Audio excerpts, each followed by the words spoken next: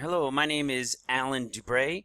This is a series, part one of a series. It might be 2 or 3 videos. I'm going to be as quick and directly to the point, but as detailed as I can in revealing what's been revealed to me over the past 9 months or so. It all began for me on September 8th, 2017. And for those of you that have received this, we've sent it out. Our focus has been primarily to church pastors around the world, and as well as subscribers that were watching our YouTube channel, Ministry Revealed, who want them for family and friends.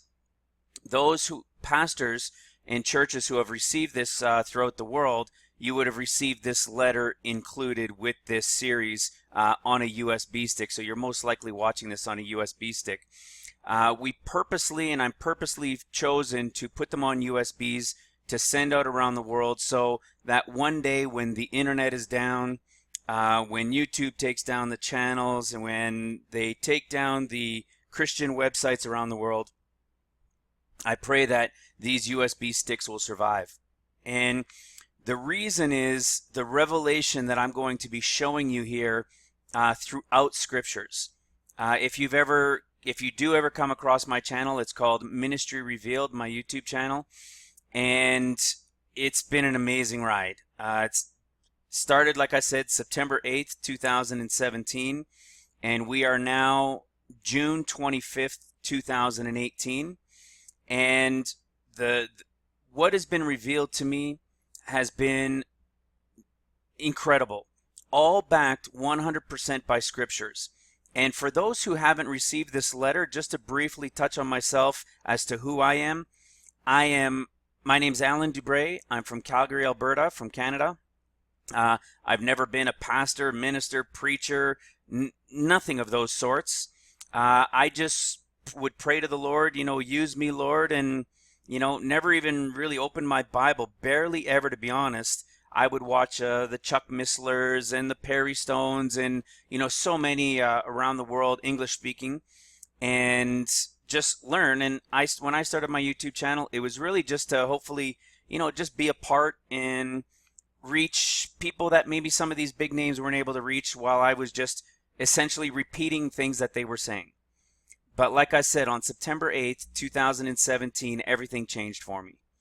And that's what we're going to talk about here in this video series, that we believe will be for not only the now before the tribulation begins, but that hopefully these USBs, having been sent throughout the world, will be around, or people that will receive them that maybe didn't get to go in the escape will understand what is being revealed in these teachings for those who are left. We're going to cover a number of things, and like I said, I'm going to be as detailed as I can and do it as quickly as I can. And what it's all about is the true length of the tribulation. The tribulation timeline is not 7 years. It's been revealed to me that it is 14 years.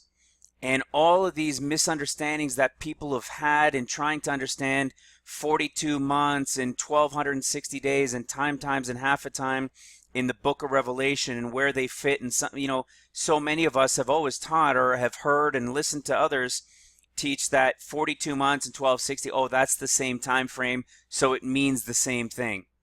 And it's been revealed to me that it's not. It's not at all. For those who are watching this USB and haven't had this letter with it, you can always just read here to get just a brief little overview. The true revelation of the understanding of the tribulation timeline is that the true length is 14 years. And I pray you guys will take the time. I know you pastors out there and ministers and preachers are very busy. I understand that. I've been, since September of last year, I no longer run my business. It's just maybe a trickle of things coming in, just a small home business that I had. But we were up to 300 stores, and we were growing by another 305 in the U.S. No more. My focus turned to my Ministry Revealed ministry, and what we call this is our Operation 14 Years, which is to get the understanding of the truth of the 14-year timeline to the world. And we believe that the pastors will be the best way to receive it, the best way to get it out to their people once they understand it as quickly as possible. And hopefully these USBs will survive however things begin, and will be able to reach more people as well. All right. So the true tribulation is 14 years. And this is a great place to start. For me, how it started was in the book of Luke. And what had happened was people generally always teach from the Olivet Discourse in the book of Matthew, in Matthew 24. Occasionally I would hear the Olivet Discourse from Luke, pieces from Luke, but that was it. 90-some% of the time I say it's always from Matthew. And the reason is because, like the understanding of 42 months, 1,260 days, and times and half a time, people think that it's essentially talking about the same thing. I was revealed on September 8th, 2017 by the Spirit that just made me, whoa, right in the middle of me doing a video, something just jumped out from me, and when I was done the video, I went in and spent some time on it, and it was in Luke. And you know, I barely read my Bible, so as embarrassing as that is, I had to look up to see where the discourse was in Mark. So that's how bad I was with my scriptures. It's not like that anymore. The Spirit working through me has just been revealing, just as Daniel said. When the Spirit of the Lord, the angel of the Lord said to Daniel, when Daniel said, I don't understand what's being said here in Daniel 12, and he says, just seal up the books. It's not for you, it's for the time of the end. I have the understanding. I don't know why me. I don't know everything. Obviously, none of us do. I'm aware of that. But I understand the timing to the end and who the books are speaking to. It's incredible. I'm going to reveal the understanding to you today and throughout these videos. I don't expect there'll be more than 3 videos. I'm going to try to keep them all within an hour or less, and maybe even less than 3 videos. So however this ends up being. I'm not a professional. You might hear me bounce around, and you can probably tell already, but I'm going to do my best to get it across to you as clearly as possible so that you can understand it. You can go to the scriptures for yourselves. I would recommend, if you don't have a program like this, it's almost like a concordance essentially. It's called eSword. It's an online program that's free. I would recommend you use it if you don't use something like this, because what I'm going to share with you in relation to the understanding of who Matthew, Mark, and Luke, and John are speaking to, and how the 14 years relate to all 4 of the books is pretty incredible. And what had happened for me is, we've known for years that, you know, Mark and they're speaking to slightly different people. You know, everybody kind of seems to understand that Matthew is speaking to Judah, to the Jews. And we would think that Mark is to the Gentiles. But nobody has really understood with Luke and who Luke speaks to, and then John and who John speaks to. But for the longest time, I never spent too much time in John, because for me, everything came about from the discourses. And there are 3 discourses, all spoken of slightly different. And this was a big deal right here in in Luke. When we're here in Luke, there's so many things that stand out. But this was the biggest thing for me right here. In Luke's discourse, Luke jumps in right here at the beginning to say, then said he, Jesus, unto them. Who is Jesus saying unto them? Why is Luke referring to Jesus said unto them? Well, the them that he's speaking to is Mark's group and Matthew's group. And it was really amazing when I started realizing that, or when it was revealed to me through the scriptures, that you start to understand why there's these slight differences in terminology. You understand why Luke doesn't talk about the abomination of desolation like Mark does and like Matthew does. And the reason is because there's going to be an abomination of desolation for Mark's group, and there's going to be an abomination of desolation for Matthew's group. Remember, it's 14 years. And the importance of this right now, I wish we had come to the understanding of of putting out a USB like this for the churches a long time ago, because I believe we're right down to the tail end, and we're probably looking at this starting in July. And the reason I say that is when you understand that the tribulation truly is 14 years, and we are going to cover it in detail. I'm not going to spend too much time in the books, but I'm going to prove to you who the Gospels are speaking to. And the 14 years, the importance of the understanding goes back to the apostasy.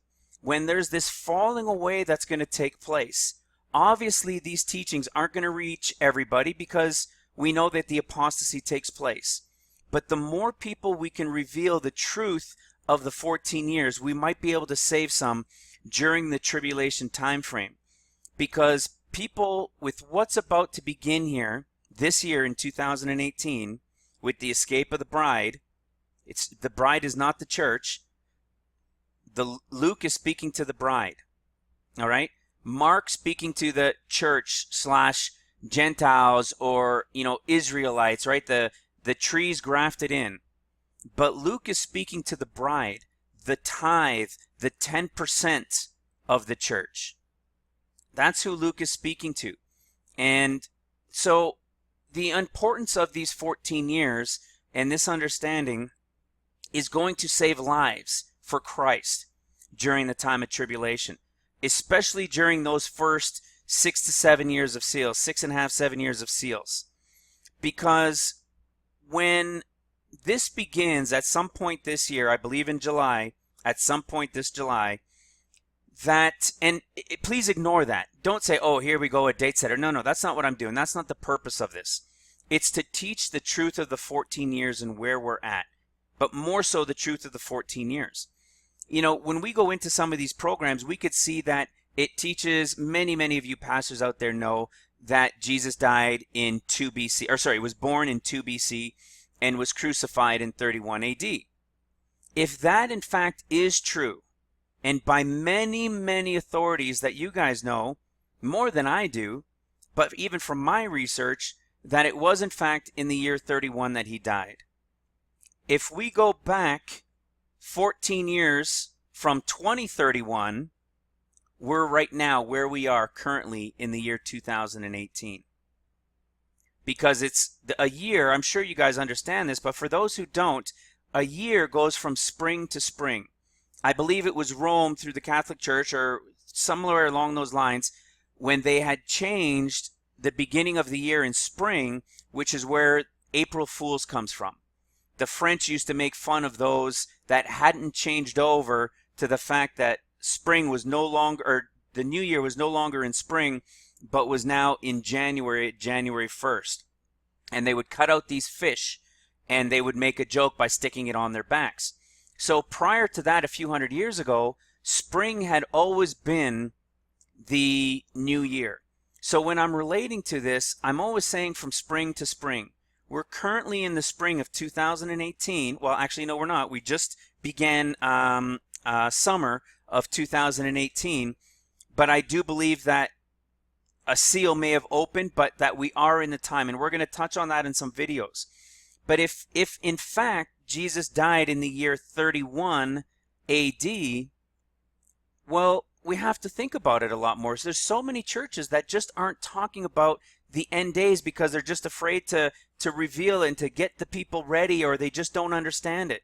And I'm praying that that's what these teachings will do, is give the understanding. Because if you realize that Jesus said he's coming back after 2,000 years, right, after 2 days, then 2031 is the year of his return at the fall feasts. You see what I'm saying? So if we go back 7 years from that for what people believe is the tribulation of 7 years, that puts you in some point in 2024. Remember, spring to spring, right? And then 2031, the fall feasts, and then the millennium, I believe, will begin in spring of 2032. But again, forget those dates of me saying stuff like that, with the exception of the fact that Jesus said after 2 days and 2,000 years, and 2031 is 2,000 years. If we go back 7 years, it puts you 2024. it leaves only approximately 7 years left before the tribulation begins, if the tribulation was 7 years. But it's not. The tribulation is 14 years, and I'm going to show it to you throughout these videos with the understanding of these scriptures that completely reveal it. And that would put us in the time that we're in right now. And when I show you Zechariah and the understanding of Zechariah, and I show you the understanding of Hosea, that, you see that it just turns out the only 2 books in the Old Testament that are 14 chapters long are Hosea and Zechariah. And within them, they perfectly line up to the last 14 years. In Hosea chapter 1, verse 2, God tells Hosea, go get your bride. In Zechariah 1, it explains everything that has taken place this year in 2018 in order, right to the 70th anniversary of Israel as a nation. You see, these understandings, when people thought that the tribulation was going to begin in 1988, 88 Reasons Why, and all those other things, it was impossible because Israel wasn't a generation yet. We know from Psalms 90 and 10 a generation is 70 years. And we're going to touch on that because what most people do is they talk about that portion in Psalms 90 verse 10, but they only talk about, see, this is where it says a generation is 70 years, but they never understand the rest of the verse, so they tend to never touch on it. In fact, they never touch on it in every teaching I've seen. And it's because they don't have the understanding in how it applies to the tribulation time, the end days, that if it says 70 years to 80, well, what does that mean? How is it to 80 being sorrow and travail, or sorrow and labor, which means tribulation? There's 10 years already, but then it says, and then soon we fly away. So what does that all mean? We're going to talk about that here to explain that on these videos as well. All right, so here within Luke, sorry, give me a moment.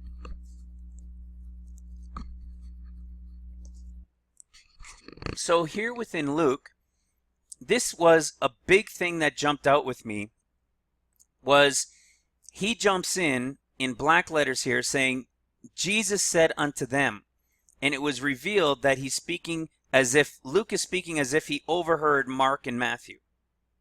All right? Even though we know Luke wasn't one of the apostles. He was a later, right? So when you read through this, you come to the understanding that Luke's group that he's speaking to is being given completely different understanding because of who he's speaking to. See, again, he jumps in again. See the parable, the lesson of the fig tree? And he spoke unto them a parable. And this parable is different than the other two. All right? I don't want to spend too much time on this because the importance is going to be the 14 years.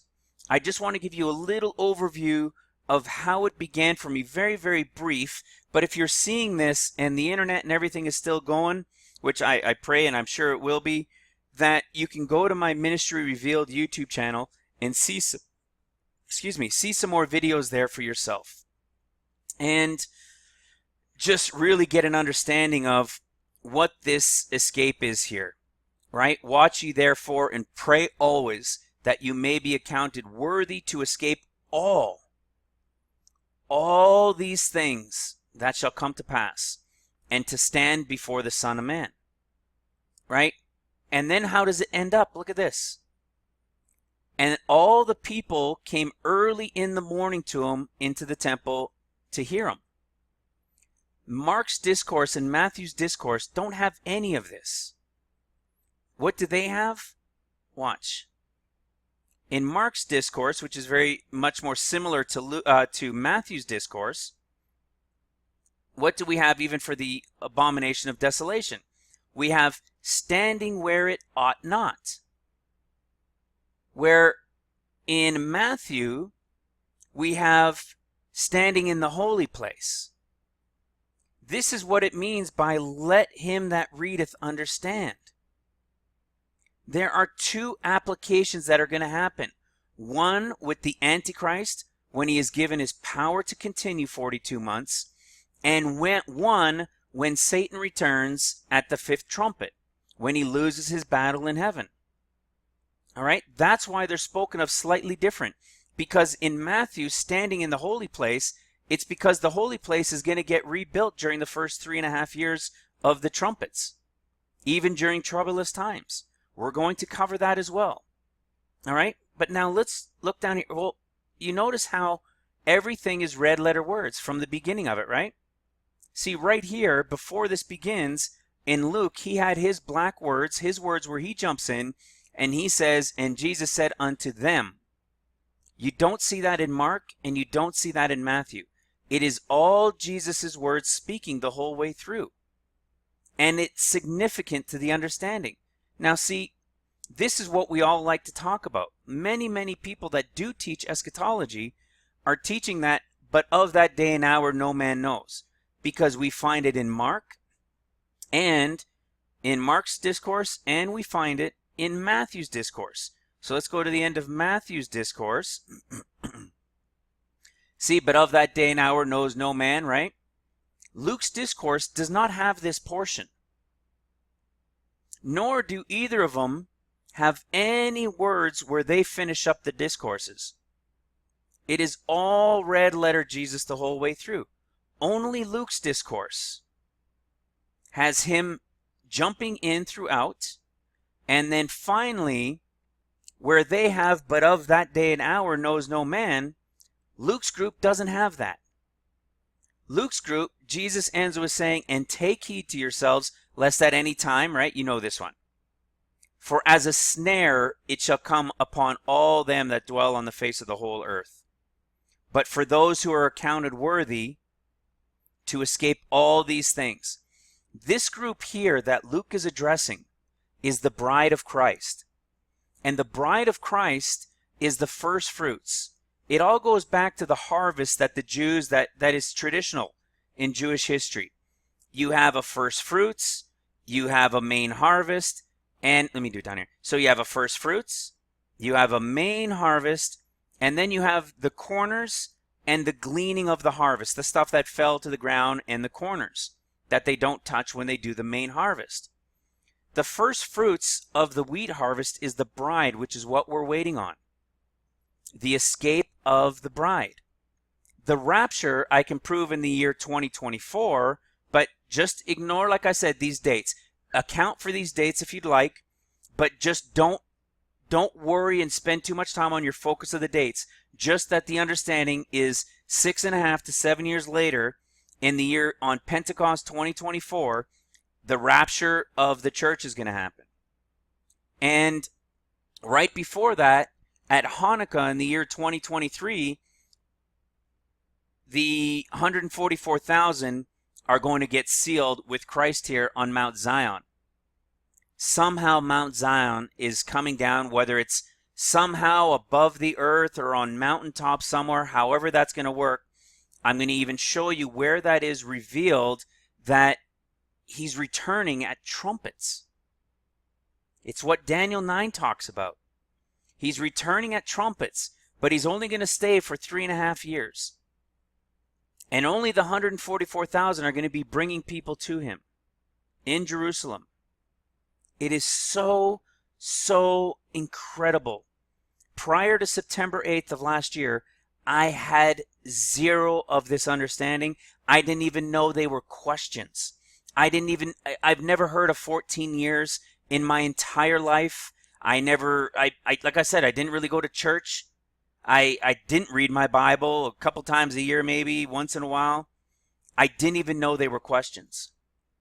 But everything changed. Something happened with the Spirit entering me on September just to reveal this understanding. And I'm praying that you guys are still listening and that you will continue to listen to the rest of the series. It's not going to take too much out of your life to spend a little bit of time understanding this truth. Because when the escape of the bride happens, it's going to be the tribulation of the seals for the church, followed by the tribulation with Jesus' wrath, the Lamb's wrath, which is upon Judah during trumpets. All right, the time of the Gentiles will come to an end after the seals, right, which I'm saying is in the year 2024. And then the time of the Lamb's wrath is going to begin trumpets. God's wrath, of course, is the bowls. Okay? So if we want to get a really good, I'll show you something else too. This was after the revelation of who these discourses were speaking to in Matthew, Mark, and Luke.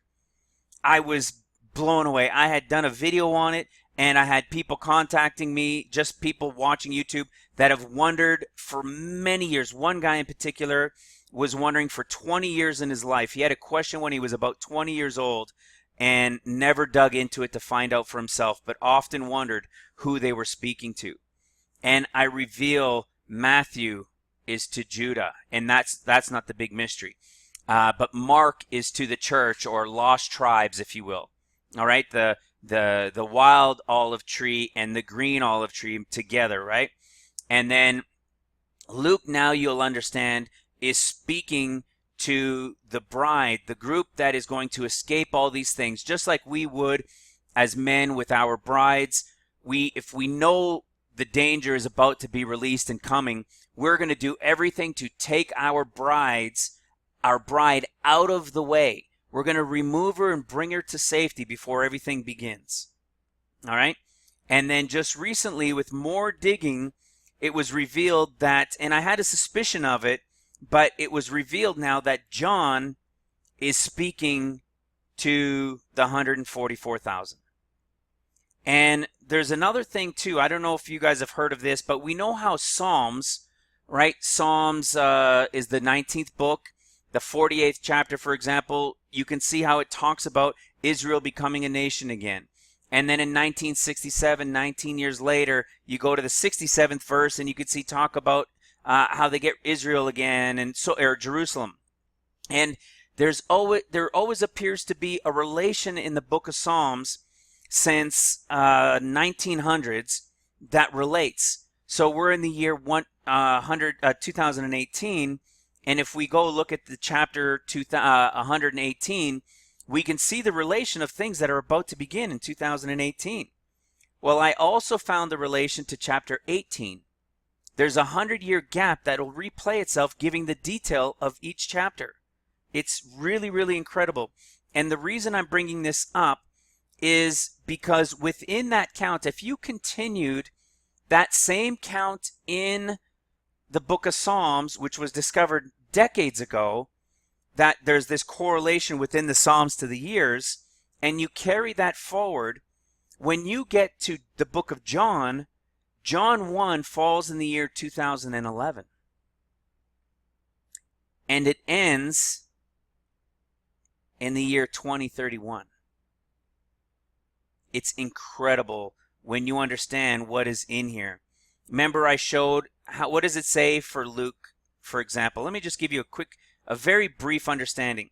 How does the Olivet Discourse of Luke end, right? And all the people, so this is the bride here, and all the people came early in the morning to him in the temple for to hear him. All right, this is Luke telling us at the end of the discourse that all the people would go early in the morning to the temple to the Lord, go see the Lord. Okay? When we go into John, and we go into John for the one that relates to 2018, so this is 2011, remember, spring to spring, 2012, 13, 14, 15, 16, 17, here's 2018. Is there anything in 2018 that would represent Luke's discourse to the bride? Well, watch this. Look at this, verse 2. And early in the morning he came again into the temple, and all the people came unto him and sat down, and he taught them. In the same, how is it that this lines up? The correlation is exactly what Luke's discourse ends with, that no other discourse ends with, and it lands in the year 2018. Or we go to the year 2024, which would be 2019, 20, 21, 22, 23, 24. So we can go into chapter 14 of John, and we should be able to see something that's going to relate to the rapture. It's incredible. Watch this. In my Father's house are many mansions. If it were not so, I would have told you. I go to prepare a place for you. And that where I go to prepare a place for you, I will come and receive you unto myself, that where I am, there you are too. The rapture, where they're going in the rapture? To paradise. It's incredible.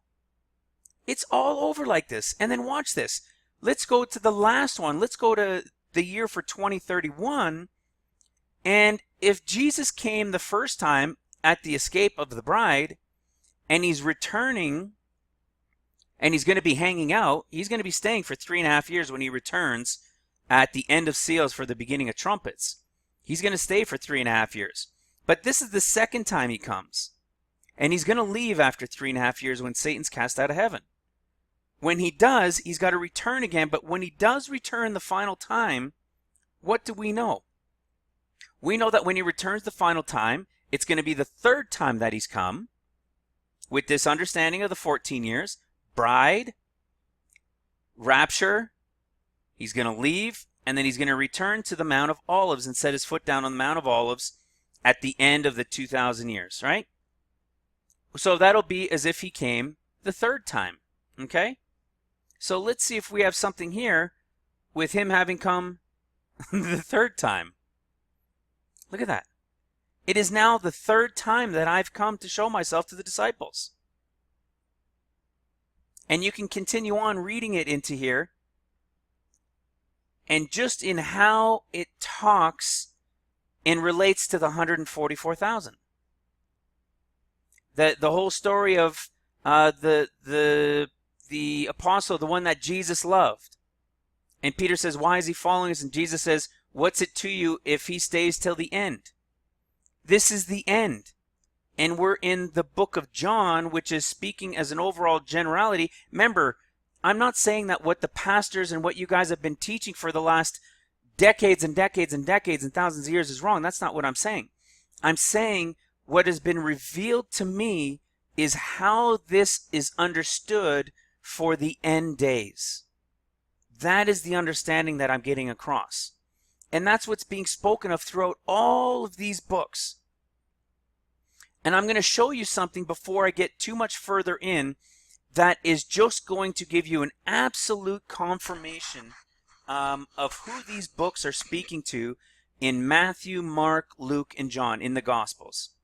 But before I do, no, you know what? I'm going to go into that right away. And I'm going to show you afterwards that verse, Psalms 90 and 10, and exactly how it relates. Maybe I'll put it in the second video. I'll just finish off by showing you some glimpses that explain who these books are speaking to. And this was a new revelation that came to me just in this past week. I had a subscriber send me this because I've been teaching and showing and revealing to people that follow me on my channel the truth of who these Gospels are speaking to. So that now these people that have been following me are going and checking out what people call contradictions within the Gospels, that they're not contradictions at all. They're actually speaking in different ways and in different terms and in different terms and meanings and sometimes within the colors because of who they're addressing in an end time understanding.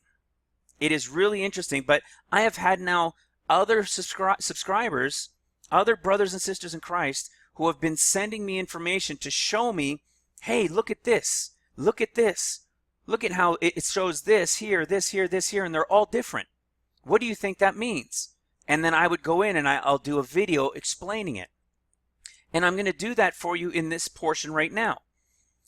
We see that, let me show you. This one is a very simple one, and it is so profound. And I'm going to end this video on this, and like I said, it was kind of like an introduction. I'm going to show you a brief ending here with evidence of who these books are speaking to based on the end days, and then I'm going to reveal in the next video, and we're going to dig into the 14-year understanding and how and who these books are speaking to with relation of when events are going to take place based on what the scriptures tell us on the 14 years, and you're going to be blown away. But let's finish this up because this is important, and it's it's simple but interesting. I never caught it. Like I said, it was a subscriber that sent it to me, and I'm going to share it with you now. It's all about the robe that Jesus was given to be crucified with. Right? They had torn off his clothes and they gave him a robe. However, in 3 of the 4 Gospels, the robe is a different color. Now, why is the robe a different color in 3 out of the 4? Meaning, 2 of them have the same color. And I'm gonna explain this to you because even the color isn't the exact same color on the ones that match. All right? So we see here in John 19, they give Jesus a purple robe. When we go into Luke 23, in Luke 23:11, we see that they give him a gorgeous robe. Very interesting. A gorgeous robe. It's not even like a color, right? It's a gorgeous robe, it's called. And these are all in the same scenario. They're all the same scenario with his crucifixion time. We go into Mark, and what do we see in Mark? We see purple again. All right? So John had purple, Luke had gorgeous, and Mark has purple. Now when we go into Matthew, what does Matthew have? Matthew has Jesus in a scarlet robe. Maybe some of you have seen this before because, I mean, this is what you guys do. You've studied your scriptures. I'm new to this. This is 9 months for me. And the ride has been so awesome. Sorry, I'm just grabbing sips of coffee along the way. But you've probably seen this before, and maybe some of you understand it. Maybe some of you have come to the understanding and the Spirit has already revealed to you who these Gospels are speaking to in relation to the end times. I have never heard them. In these different pastors, English-speaking pastors from around the world, I've never heard it. I've never heard it in churches. So I thought it would be great to add to this 14-year understanding of the tribulation because it's the insight as to who is where. The bride is the first fruits of the church. The 144,000 are the first fruits of Judah. All right? You have the first fruits of the wheat harvest and then the wheat harvest. Then you have the first fruits of the grape or the fruit harvest and then the fruit harvest. All right? And within those two, there's always things that have fallen to the ground. The leftover, the corners and gleaning that it's called, that are left in both that will be here till the end when Christ returns. All right? So what is this understanding then? With Matthew being scarlet. All right? Scarlet is just straight simply crimson. It is just the color. And there is a longer study on kernel and so forth. We know that there's an insect regarding the crimson and so forth, right? But the color, it's just strictly understood as color. Okay? When we go to Mark, this is where it gets really interesting. Because in Mark, it's just like in Matthew how scarlet is just simply the color scarlet. In Mark, the color purple is simply the color purple. All right? Red, blue. All right? The red-blue color itself, which makes purple. Nothing special about it. Okay? But it starts to get interesting. See, red, blue. When we go to Luke, we saw that his was gorgeous. And within this gospel, it's the only one, within the gospels, only at the crucifixion is Pilate with Herod, right? Did Pilate go to see Herod? And look at this. Enemies that became friends. It really sounds, and where are we? We're in the Gospel of Luke. It really sounds like the time we're in right now. We hear an American president saying a lot of this right now, making friends with the enemies. Right? He believes he can make friends with the enemies. There's a lot of talk of this right now, right? But now when we look at gorgeous in Luke's group, because it's talking to the bride, that's why it's gorgeous, because they're the ones that are going to be turned to light. The bride, when they escape, is this one that's going to be changed, just instantly changed, right? And look, it means bright, clear, magnificent, white, gorgeous. This is the bride. The bride is going to get this radiant escape because the bride is going away and is not coming back till everything is done. The bride I'm going to show you in 2 Corinthians goes to the third heaven. When the rapture happens, the rest of the church, or the main harvest of the church, when that happens, they're not going to the third heaven. They're going to paradise. And where's paradise? It's going to be with the Lord on Mount Zion. Whatever this Mount Zion is that he's coming down with, however that's going to look, that's where they're going.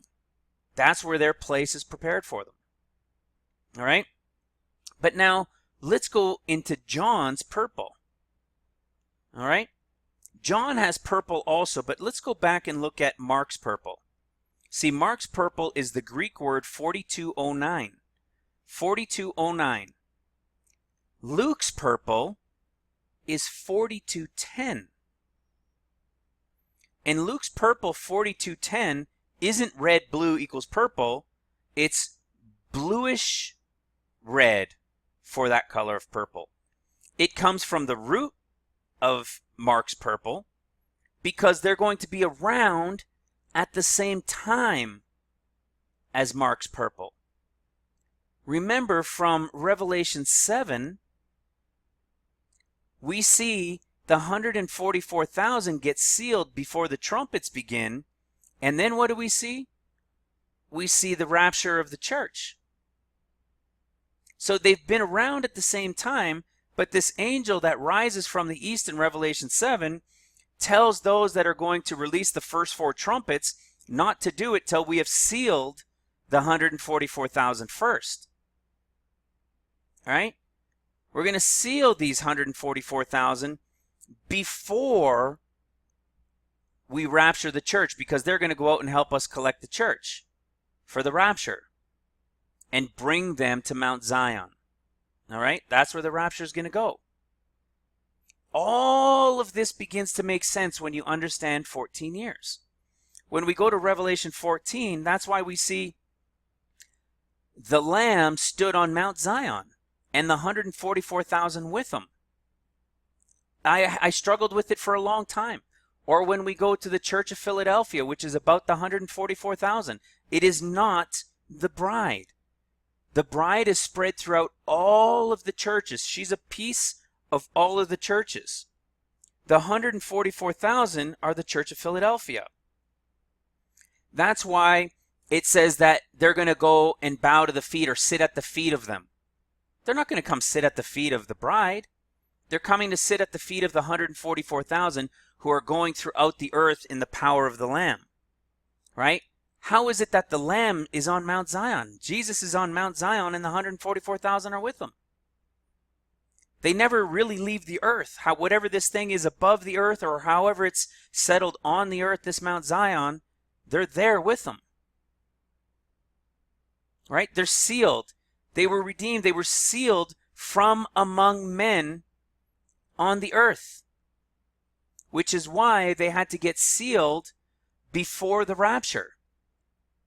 And in Revelation 7, we see that it's after the 6th seal, before Revelation 8 and the 7th seal comes. So they all experience the seals. The 144,000 do, and the church does, outside of those that were taken out and escaped as the bride. So that's why you see the 144,000 here, and then you see the raptured church. All right? Because 144,000, so you can say John, the 144,000, Mark, the church. Or we say, the grafted in, the lost tribes, however we want to look at it. In the West, we often say the church. So Here's your 144,000, Book of John, Gospel of John. Here's your raptured church, right? The main harvest. And this is the book of Mark. And what did we see? That they're both purple. How is it that they're both purple, even though they're speaking to different groups? It's because, look at the difference. John's purple isn't the same purple. It's a difference of one number, and it means this one right here. Well, watch what this means. I'll do a quick word search for you because it was so incredible when this was revealed to me that I need to show it. Okay? We can go, if you let it just means a purple. So if we click this one, it's just going to tell us the definition of the purple. Okay?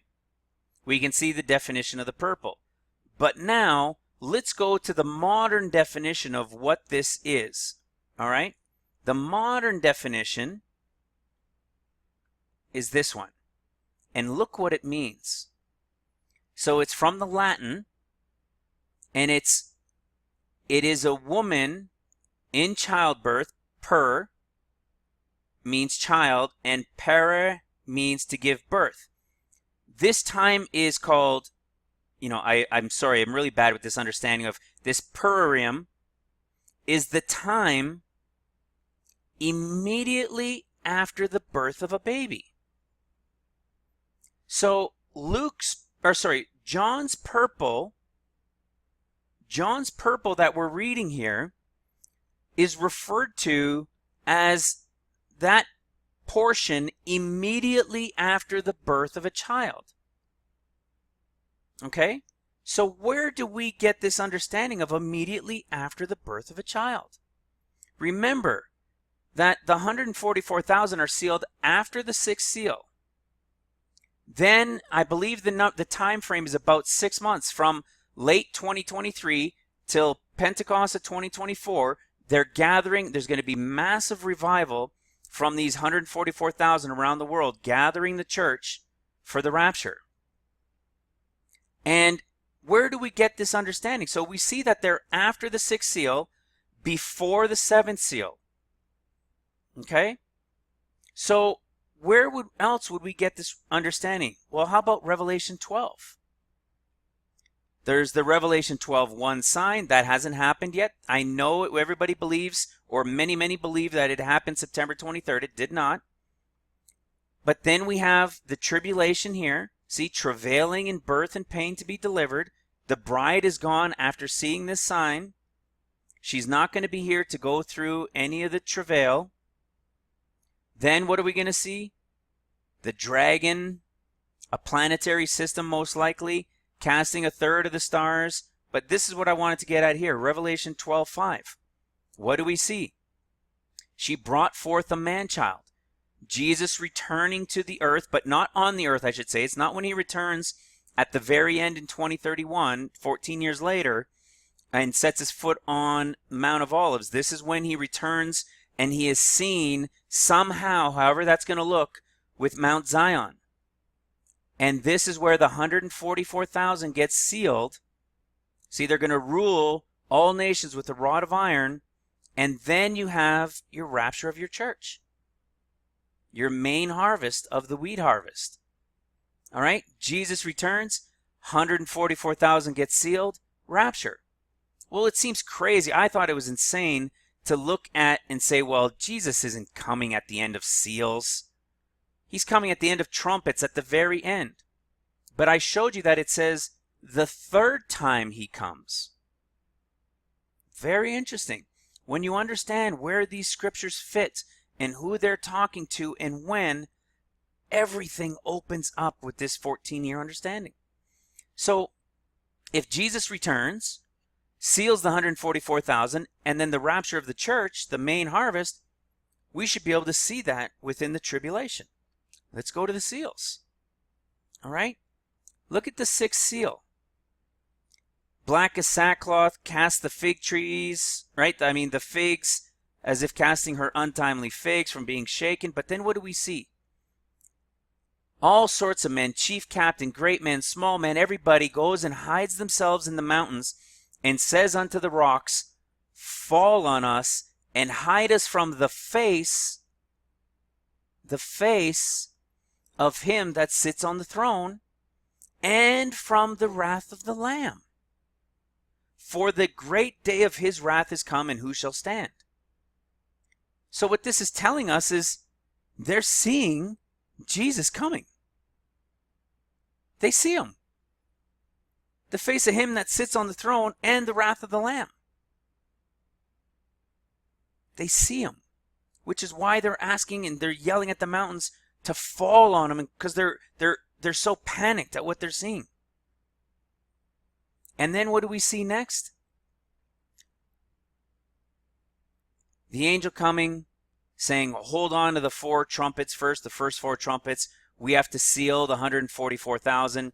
And for the next 6 months after they get their seal, what have they done? They've gathered the rest of the church, the rapture of the church. It's exactly the Revelation 12 portion at this portion here, Revelation into Revelation 5.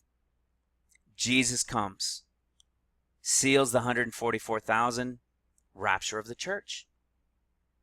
But what a lot of people are doing right now is with that sign, they're saying that the sign happened September 23rd and that we're at about the 9-month time frame and she's about to give birth, and that's when we get caught up. Well, see, this is where the understanding's missing, because these other things haven't happened yet. There's been no travailing in pain. There hasn't been a wonder, a red dragon in the sky, a celestial body that's cast anything to the earth in a major meteor storm that's devastating. It just hasn't happened yet. Right?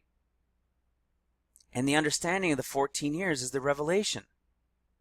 Right? Look at all these things from Revelation 12:1 to the point where it says 1,260 days. These things happen during the tribulation first, and then she flees for 1,260 days. And then while she flees for 1,260 days, these things take place, and then what happens? Satan is cast down to the earth, and when Satan gets cast down to the earth, then there's another time frame of a time times and half a time. So you have 3.5 years here. You have 3.5 years here after this whole time frame from Revelation 12:1 through Revelation 12:5. We're already 7 years and whatever Revelation 1 through 5 is, which is the first 7 years of seals, which is the seals. It's right there. All right? So when we're looking at that and we say that John has also purple, and we know many people have studied way more than me and understand that John has always appeared to be speaking to a group within the church. They're not part of the church, but it's a group within them. And it's true, because they're speaking to the 144,000 within that group that are being selected, that are being chosen as the 144,000, who didn't know Jesus the way the bride did, or they would have been counted worthy to have been the bride at that point.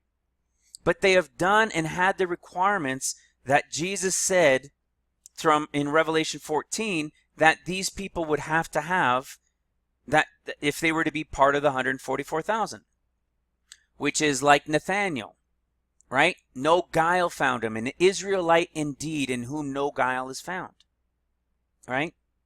So that's your revelation here. A quick, simple, as simple as I could show it, that why is Matthew scarlet, Mark is purple, John is purple, but Luke is gorgeous. All colors of robes being described in the Gospels, with the only two being the same yet slightly different, because they're part of the same group but a separate group within that group.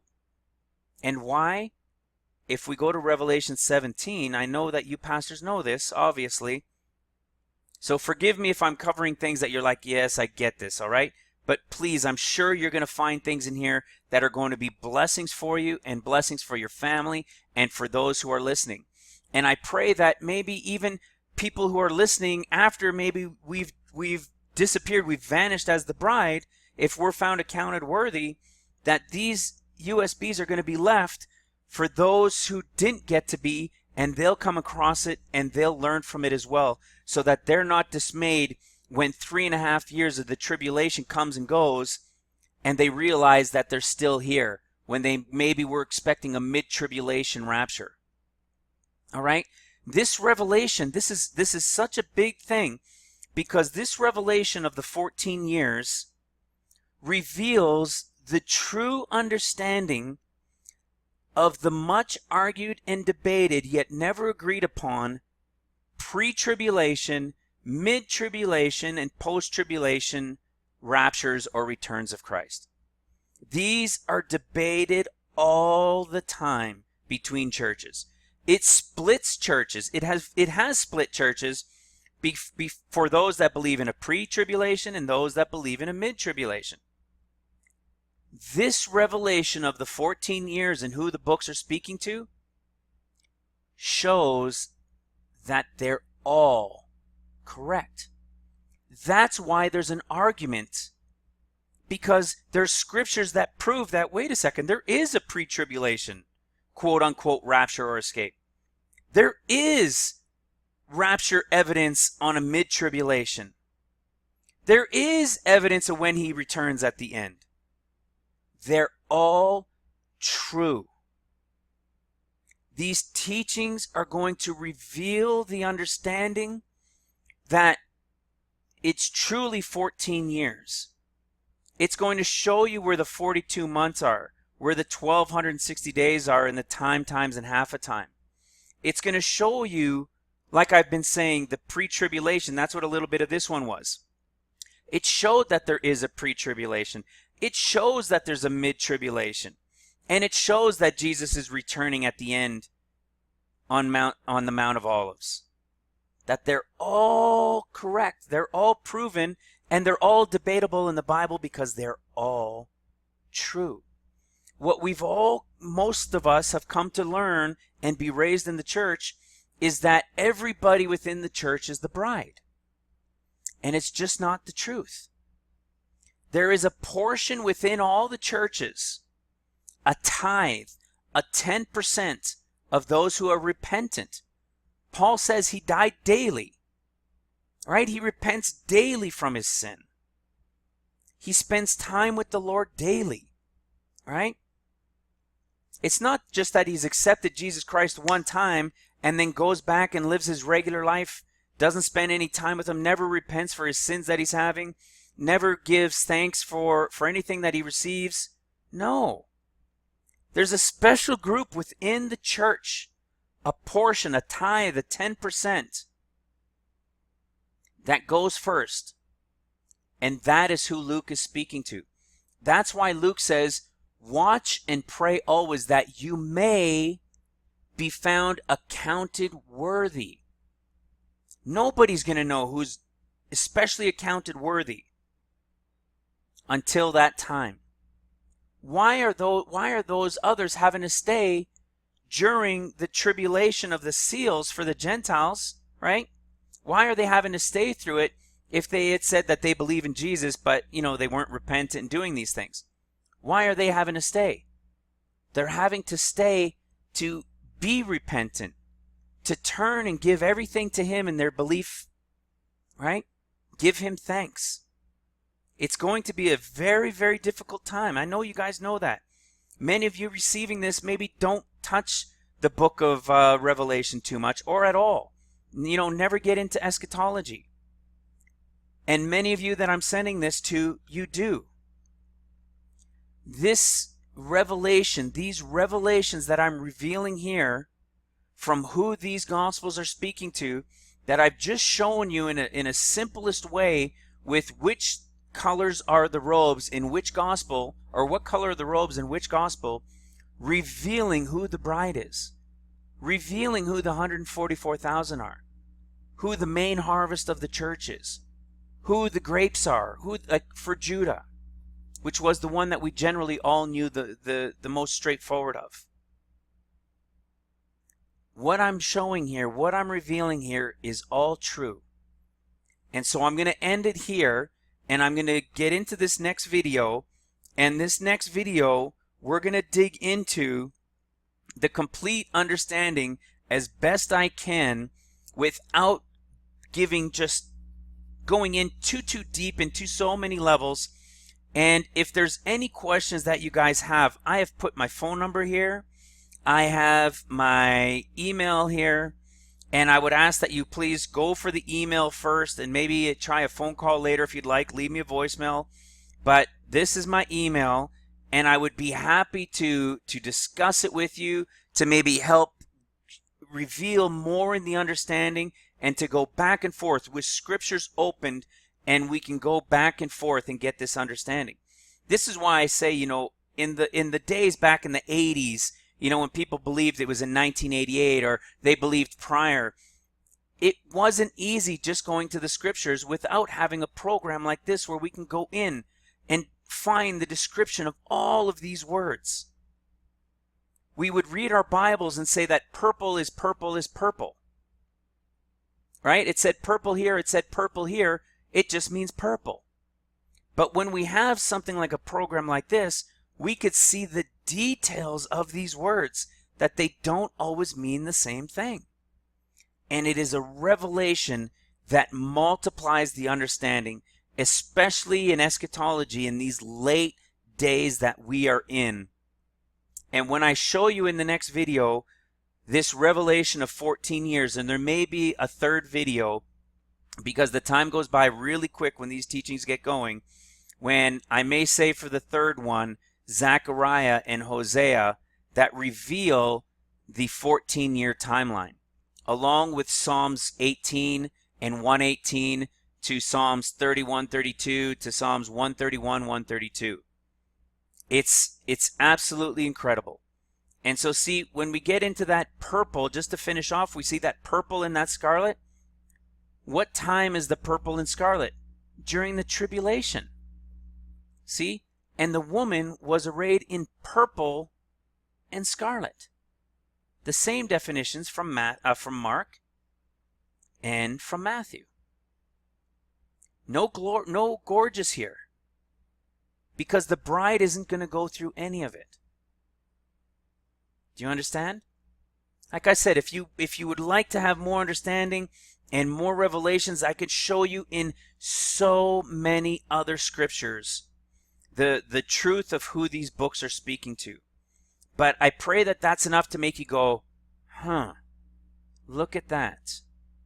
That you're going to continue on to this next video that is going to reveal the truth of the 14 years.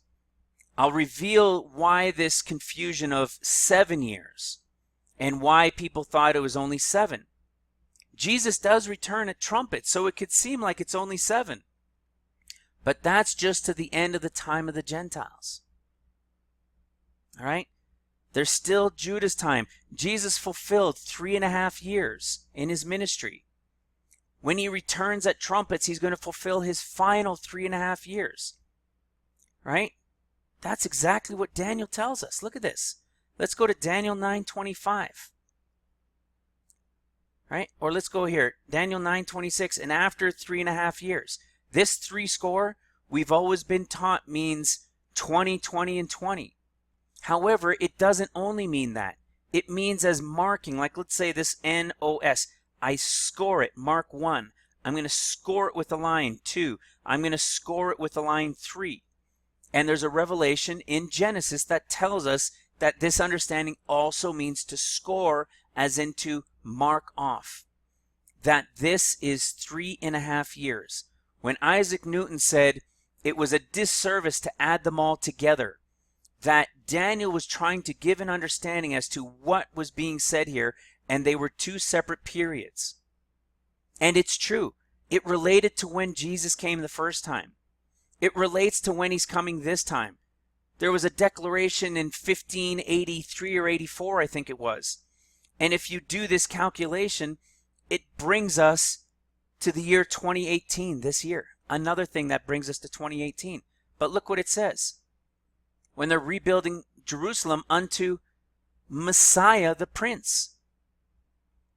This is literally Jesus Christ, capital P. Why would they be rebuilding Jerusalem at the beginning of trumpets, starting in the year 2024, maybe late 2024 into 2025? Why are they building it to Jesus? Why would the Jews and everybody be building it to Jesus? Doesn't seem to make sense. Because he's going to be here on Mount Zion, where the raptured group is going to go. And how long is he going to stay? 3.5 years. He's going to finish his ministry. He had 3.5 years left in his ministry. His 7 years will end. And then Satan is going to lose his battle in heaven and be cast down to the earth. Right at the same time that we see in the timeline of Revelation 12. Right? When he loses his battle against Michael and his angels. And he's cast down to the earth and he realizes he has but a short time. And he chases the 144,000 and Jesus leaves. However that's going to look when Jesus in Zion, however it vanishes, goes away, I don't know. But Jesus says he's going to cut himself off in Daniel for the final 3.5 years. And here we have those final 3.5 years when they flee into the wilderness. All right. So that's just a little taste. You guys, for me, it's an end, and I'm going to do the next video either later tonight or tomorrow. But for you guys, just click on part 2. This is the end of part 1. I pray that it's reached you, that you have watched it, that you have spent your time. Go through the scriptures, and please don't believe what you've read or what you've seen me read, but go to these scriptures for yourselves and prove them to be true. And if you have any questions, email me or call me. Leave me a voicemail if I don't answer. All right? But preferably send me an email first. And I would be happy to go through it because the time we are currently living in is short. Jesus said 2,000 years. And if my 14 years is correct, and it is, then the tribulation, the escape of the bride and the tribulation is going to begin. And when we get into the video with Zechariah, it's going to open your eyes and make you say, wow. All right? It's the revelation Daniel was talking about. It's what Isaac Newton was saying in the end days. There's going to be a group of men revealed, digging for the truth. And that's what's happened. The Spirit has entered me, as I'm sure it has many around the world, and has revealed me these truths. And that's what we're going to get into next. The revelation in depth of 14 years. And then either within that or the next video, the third one, if you see a third one attached, it's going to be these books that reveal the 14 years. All right? I love you guys. God bless you. Thank you for all the work you've done over the years and that you continue to do. And pray and watch always that you may be found accounted worthy. I love you. God bless you and your families. And we'll see you in the next part.